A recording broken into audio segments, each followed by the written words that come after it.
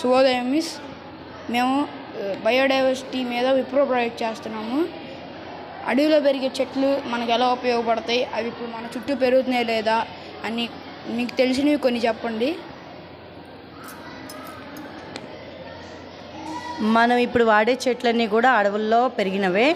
అందులో ముఖ్యంగా ప్రతి శుభకార్యానికి దీనికి ఉపయోగించే చెట్టు తమలపాకు చెట్టు. ఆ తమలపాకు వలన చాలా ప్రయోజనాలు ఉన్నాయి.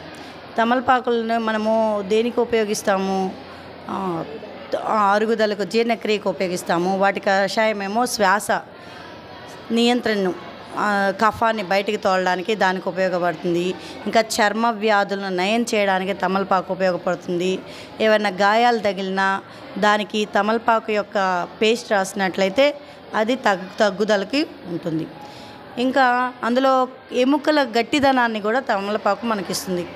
కాల్షియం బాగా వృద్ధి చెందిస్తుంది. సరే, ఇంకా ఇట్లా ఉపయోగాలు ఆహారపరంగానే కాకుండా తీసుకోవడం మూలంగానే కానీ ప్రతి శుభకార్యానికి కూడా మనం తమలపాకును ఉపయోగిస్తాం. దీన్ని నాగవల్లి దళము అని కూడా అంటారు సంస్కృతంలో.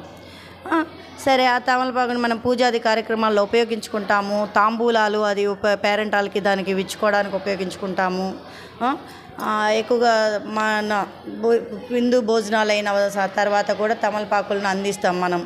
తమలపాకు ఒక్క అందించినట్లయితే జీర్ణక్రియకు మెరుగుపడుతుందని, ఇలా ఇంకా చాలా రకాలుగా మనం తమలపాకును ఉపయోగించుకుంటాము. Thank you miss.